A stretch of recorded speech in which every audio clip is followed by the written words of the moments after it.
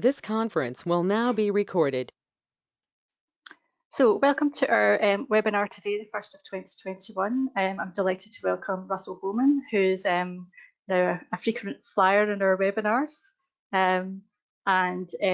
He's going to give us talk us something a wee bit different today on SuDS and incorporating the requirements of investigations to inform SuDS design into our ground investigations. I'll just introduce Russell just now, and he can share his screen. So Russell has worked in the site investigation and remediation sector for 15 years.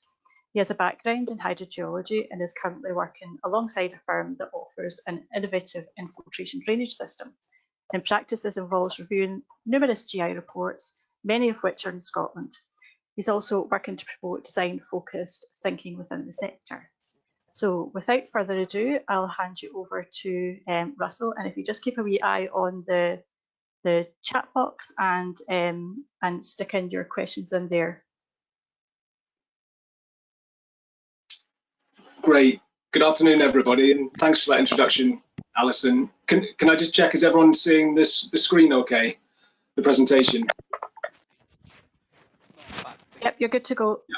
Fantastic, thank you. Okay, yeah, so sustainable drainage systems. Mistake I make all too often. Through this talk, I'd like you to hold a couple of ideas in mind. The first being, this is really tricky. We in the site investigation sector are used to dealing with geology at one level of complexity that I think for the most part we all find quite interesting and engaging as a topic.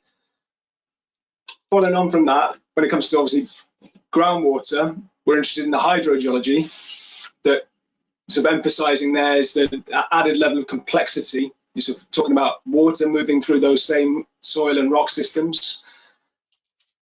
Another layer of complexity on top of that again is the contaminant hydrogeology that again we're having to bear in mind on project-to-project basis.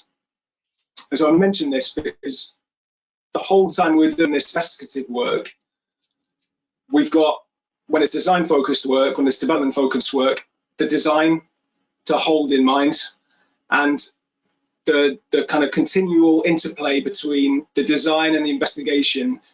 And that's the second point I would like you to bear in mind, that we've always got to be taking our mind back to what is being planned on this piece of land. What are the changes that are going to take place in the ground that's going to influence the geology, the hydrogeology, and the contaminant hydrogeology? Because I think that's a point, and again, it's a general point that Alison mentioned in the introduction, that all too often gets missed out from our reporting. So to begin the talk, more questions to bear in mind.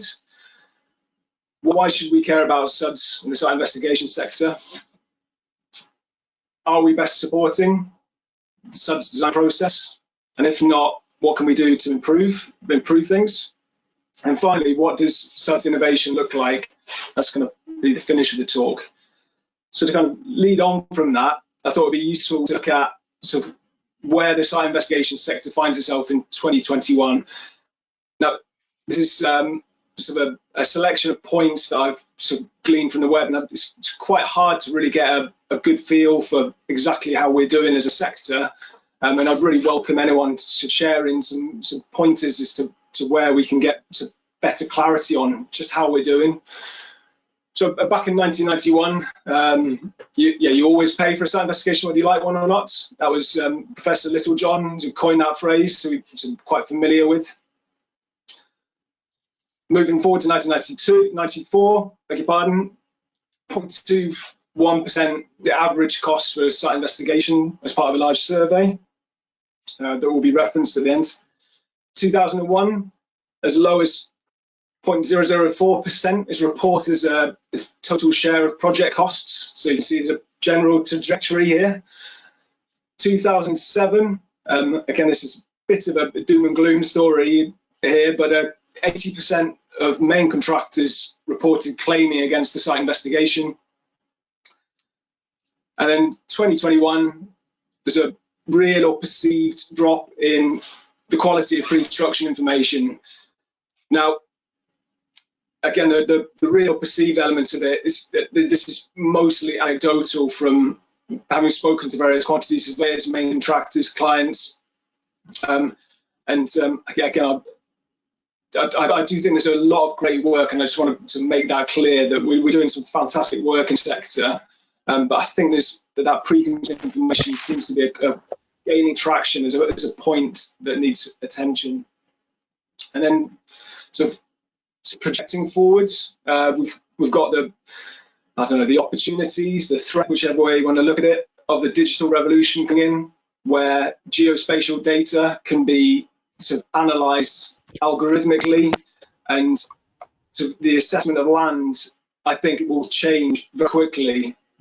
And things like the British Geological Survey's brownfield risk calculator is probably a good example of that, where you can click on a piece of land and get a score and an estimated cost for remediating it. So flipping over to the other side of the tracks, to the design and the flood risk and the drainage sector. So what's the context of their work? Well, this picture here I've just put up because I thought it was kind of useful to get a bit of perspective on the relative costs to the British economy, but also comparing that to ground hazards that we're more commonly used to dealing with. Those figures there's a bit of a footnote there to kind of illustrate where that comparison is drawn. I think broadly speaking, flooding costs are rising and subsidence costs are dropping slightly. Yeah, the general point there is flooding is resulting in big social impacts, big financial impacts year on year. This slide is just really quick headlines to kind of give you a flavour of various guidance documents. There's various guidance that's out there that informs drainage work, flood risk work. So in Scotland, you've got the National Planning Framework, where flooding issues, flood risk management is enshrined as core principles of that framework. Scottish Water talk about preferred options. South of the border, in England and Wales, drainage hierarchy is how that's couched, where ground is the top of the hierarchy, moving down to the bottom, draining to a sewer. And then in Scotland, it's get much more involved compared to the Environment Agency with drainage works. And so there's various elements, again, not to the complexity of this subject, but flood risk protection of groundwater bodies and contaminated land, all to think about. It's a tough topic. So just very quickly, just looking at the designs at a very high level, you've got some soakaways, which have got a fairly low surface area to volume ratio as a way to get water into the ground. You've got swales and permeable paving. Beg your pardon, I'm having to look round to my second screen, and draining at a shallow depth. And then so finally there's borehole systems taking water deeper down, but in each instance, what's relating to surface water drainage is draining above the sill, and that's a sort of key point. Yeah, but boreholes have got a higher surface water area to volume ratio relative to soakaways. Swales similarly quite low. So what do these systems look like when they get put in the ground?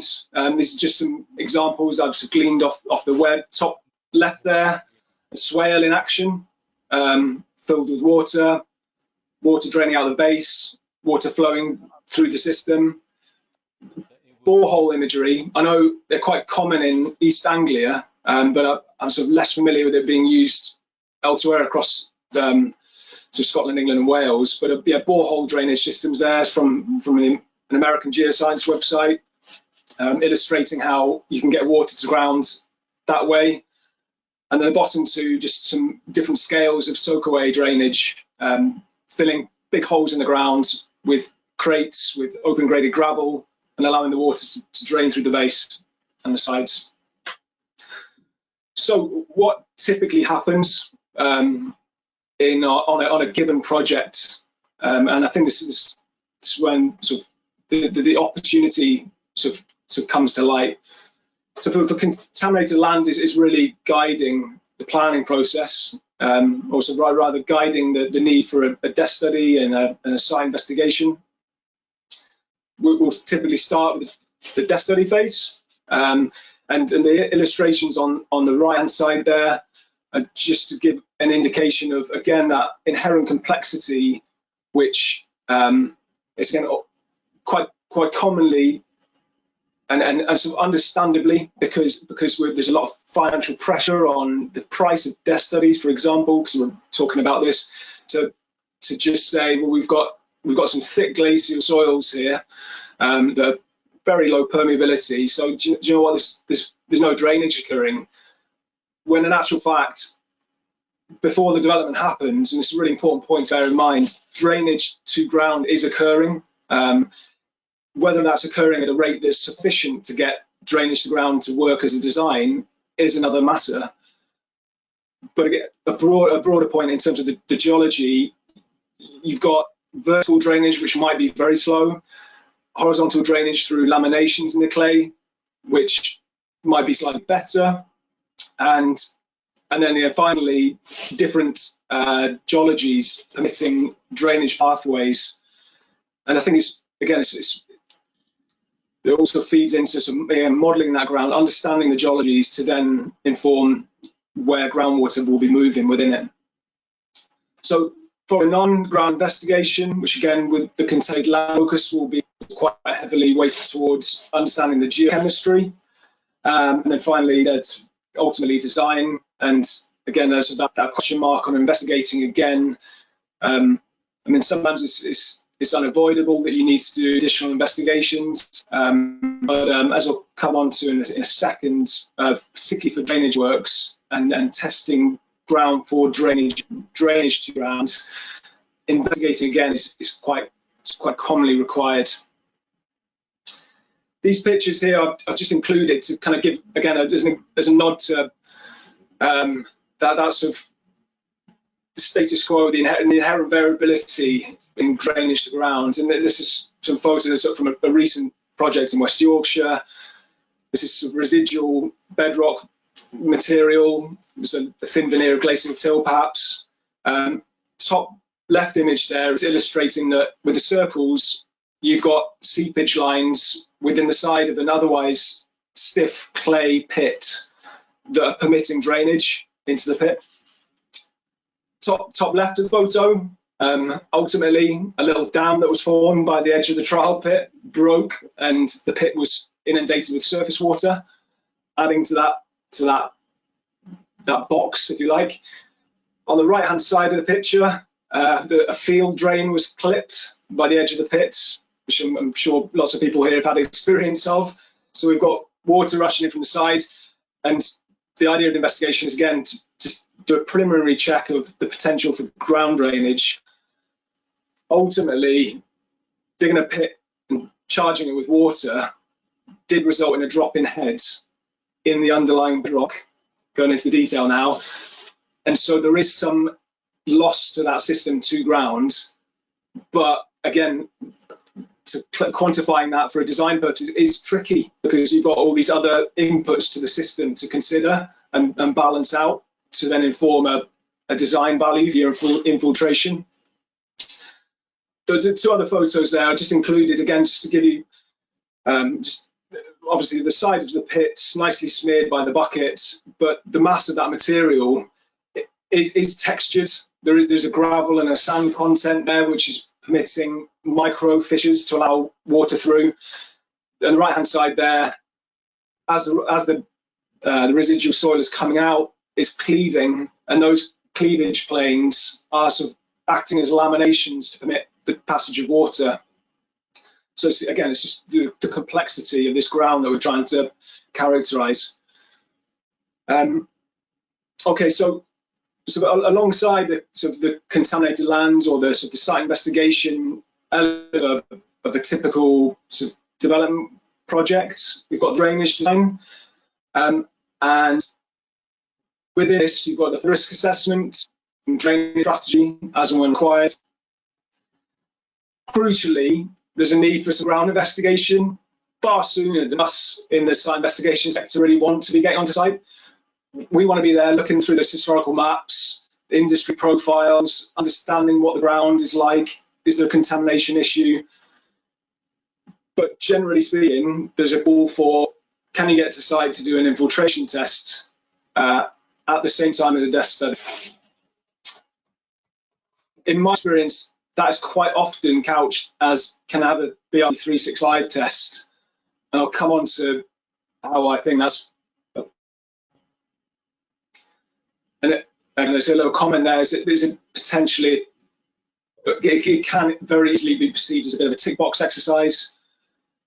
And I think that undermines the value of the testing and the investigation.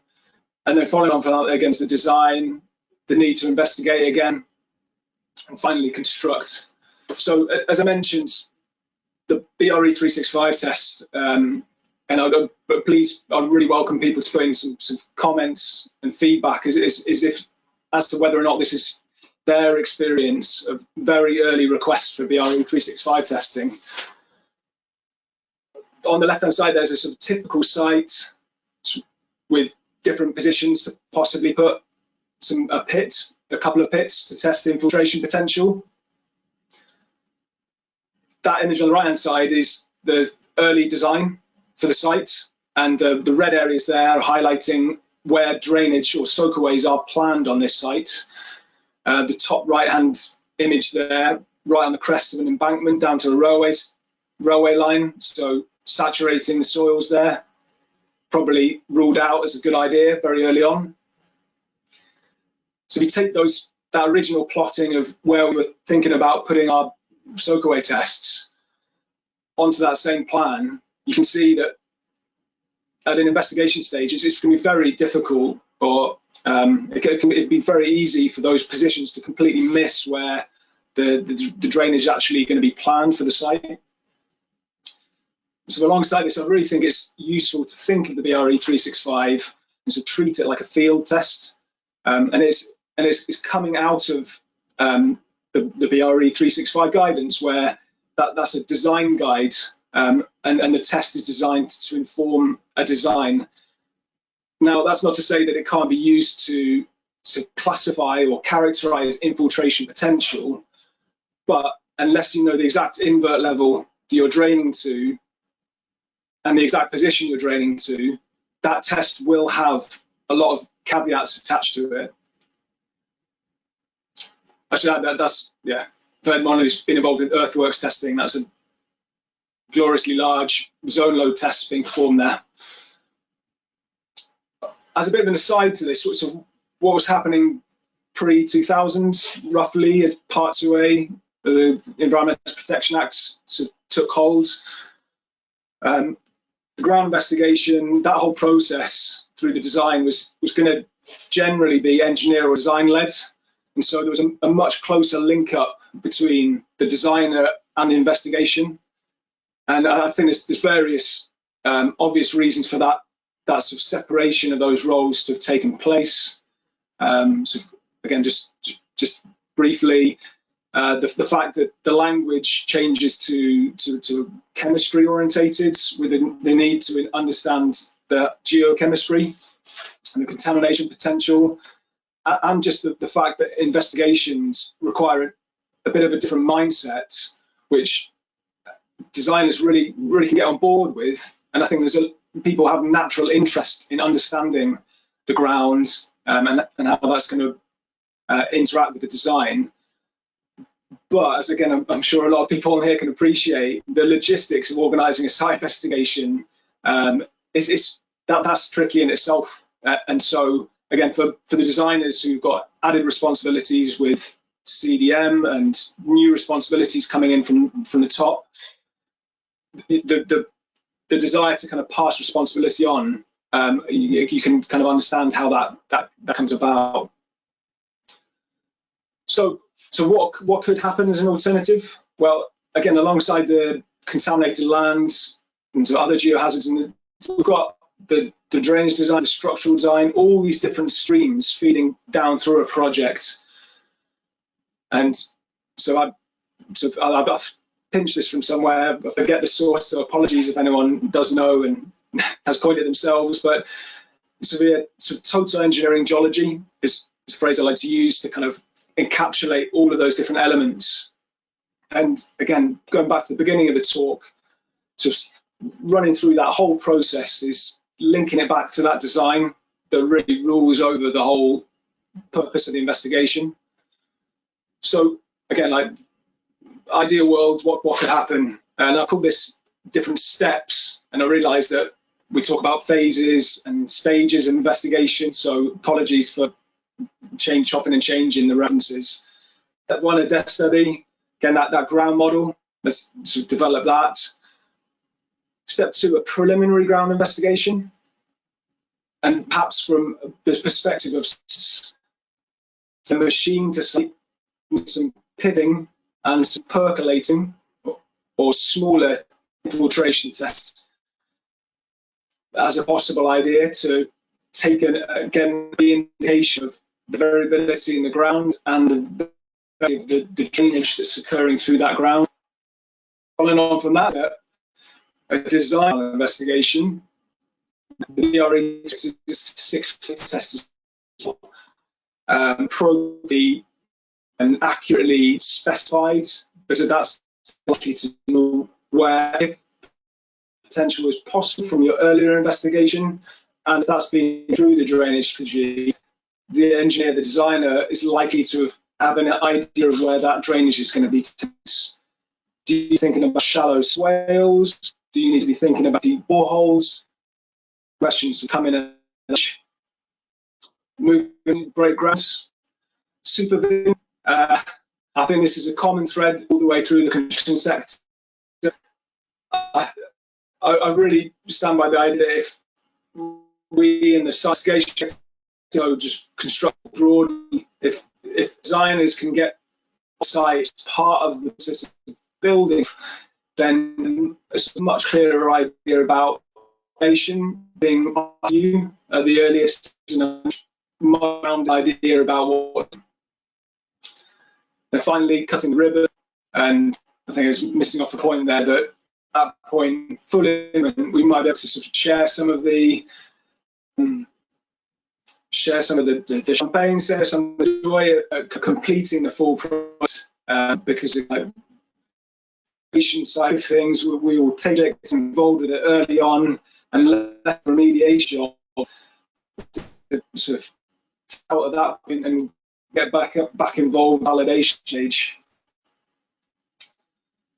So where's this idea of staging investigations come from? Well, there's the British standards for one, and I think so crucially from this little extract here that I've taken from 5930 is the reference, if I can get a pointer, to the idea that if you were taking a JCB to a site and or taking an excavator to site, doing some pitting, doing some percolating, taking some samples, characterizing soils, that is definitely no substitute for a fully targeted, properly planned investigation for contamination. But it does give you a great basis from which to follow on that work with more targeted work. Also alongside that, and I thought this was really important to share, the AGS back in 2004 published a client's guide to site investigations 2-page document, and again that limited intrusive ground investigation is talked about there, and so I think that was an important document because that was designed to be client facing, and I'd really welcome that to be sort of refreshed, so that can be that can start to be again outward facing guidance for the wider sector. So just very quickly, conscious of time, take through that process of step by step in a bit more practical way and how that could look. Step one, the DESI, what's the geology, to any drainage, ground model, hydrogeological model, conceptual site model as well. I think I've sort of put them in a hierarchy there because again, without knowing the ground model well enough, you're not going to understand the conceptual site model either. And so they talk to one another, and it cascades down. At that early stage, you know that you've got a river terrace deposit on the site or a glacial till on the site. You get an idea of the infiltration potential for that site. And so again, just some illustrations to really get people's ideas, get people hopefully thinking about the fact that a site sits within a water catchment, and again, a site, if its level's changing, is going to have a very differing hydrological regime from one end to the other. Step 2, that preliminary or initial ground investigation, to use the word pitting, percolating. So going back to that original example site I'd shown, we took that same site, did a load of trial pits, took some basic samples. You can do a lot, and this list here in blue is kind of an example of all the different things that you can undertake at generally very low cost to understand the geology and the hydrogeology for that site. And the percolation testing, that's sort of referencing the building regs, which applied to the UK as a whole, but then in part H2 there spells out the testing for a small percolation pit for sewerage or surface water drainage for small areas, and we'll come on to that. So yeah, moving on from that, so step 3, the design investigation. Again, this is where you know where the soakage is potentially going to be going, you know what level it's going to be drained at, and then you can choose your tests, such as the BRE 365 test, and apply it with much more accuracy and confidence. And again, at this point, the testing might just find that of a local clay deposits, which means it's less fire in those locations. From that, again, the data stream from that is direct infiltration testing results. Finally, before I move on to the penultimate slide, it was really important to stress, and again, hopefully people can relate to this, but to undertake a BRE 365 test, it's a big undertaking, and to do it properly, repeated 3 times, mindful that all the sides are staying stable throughout the duration of the test. It becomes quite a logistical undertaking. And again, if you want to be sure, filling it full of gravel, understand pipe down the middle, the guidance suggests, and then performing the test that way is going to give you one result, whereas charging a pit with a ton of water and then taking the result from that, I think in my experience, about every situation, spalling of the pit takes place. There's other drainage seepage points. There's a lot of stuff going on in that one pit that makes the test, the quality of that test quickly get diminished. So yeah, as I said, penultimate slides. Think about ground and groundwater. I'm sorry, that's obviously teaching people to suck eggs, but I really kind of present a picture of how groundwater is going to be moving within that full site, because even if it's just glacial across there, drainage is occurring on that site to impart or infill, as I say there, and so to undertake a test study and say this kind of thick glacial till, lias clay, London clay, no drainage is taking place, it's just incorrect, and it shuts down the idea of drainage to ground as an idea quite quickly. And one point I would make is that engineers really do to the advice that we give. And if we're saying beyond don't drain to ground, ways aren't viable, just the design decision, and then the idea is going to get shelved quite quickly. So for the site investigation, as I sort of talked about in those examples, there's lots of different ways to inform a groundwater model, lots of other data streams that you can rely on, and I should add is this is stuff that we're doing anyway, and it's it's a huge onerous on us to add as part of our scope of works. Make the most of that early request for the investigation by saying, okay, well, we're going to go out and do some pitting. Let's expand that investigation to across the full site, send it out, perhaps, to undertake the pitting while somebody's overseeing the infiltration thing, if that's being undertaken. And then again, as I say, consider the stage investigation. And the next comes to the relevance of this. And this, again, at that point, it's so important to communicate to the client that it's not the full suite of an investigation. And the benefits from that just are, as engaged, we can add more to the pre-investigation, be it on-site work or data that comes back for less cost, mobilising big rigs or whatever. Focus on getting high characterisation, so that's going to benefit in respect. That investigation may answer in the ground itself, and again for smaller to medium size pollution rates, that may be for other ground satisfy the. Crucially, there's a point in AGS to where it really professional. If you call it a preliminary emission, that's or an investigation. It's got specific terms as far as the guidance, and really sort of it limits the scope of the and limits the ability of that. Compliance, I mean, this is what our guidance is encouraging us to do. Reputation. We can go in again, investigate at a high level, feed that back, explain that it is just that, and there's a very high to go back investigate. I think that brings people along the process, and is then the final point there. To see cropping up time and time,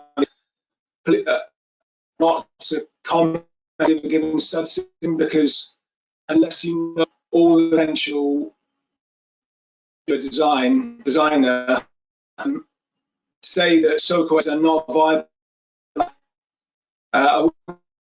that expose undue liability is it just shuts the drainage to ground, and to some extent it will be happening. And so finally, as I mentioned right at the beginning, sort of innovating with SuDS, and this is something that I've become involved with over the last 12 months. If you cast your mind back to that first slide of a sort of soakaway system, a borehole drainage system being sort of two of the kind of the established traditional means to get water to go to ground. There's a company called Groundwater Dynamics who brought this product called Eco 90, and I thought it worth mentioning to this audience because I mean it interacts with everything that we do, and it's a borehole system that we're probably more familiar with than the designers on whole, because we're drilling them as part of our works on a day-to-day basis. But the little insert there is a cross-section, a slice through the system, and you can see it's an open chamber device that is designed to expand and contract within the unsaturated zone and just open up possible drainage pathways through this heterogeneous soil that a soakaway, as you can see, I mean, apologies, a bit of artistic license there to show much more drainage happening in the middle. But again, you can appreciate that a soakaway in that kind of soil system, anisotropic, heterogeneous, multi-layered, really variable, will have a much infiltration potential compared to a system that is operating much more diffusely in a 3D fashion. And then just finally, to finish on, this is from a recent scientific paper that's looked at investigating that same system. On the left, you've got, again, you can see that the soil model for the finite element is modelled off silty clay at the top, probably quite a common soil type that we're used to working with, and then a sandy clay beneath that with a groundwater table, albeit very deep. But I think that the general point applies here, that a soak-away system on the left-hand side there is saturating the shallow soils and relying on a lot of lateral infiltration or lateral movement of water, whereas the Eco 90 system on the right-hand side there is emitting drainage over a much deeper layer, and as it turns out, much more efficiently.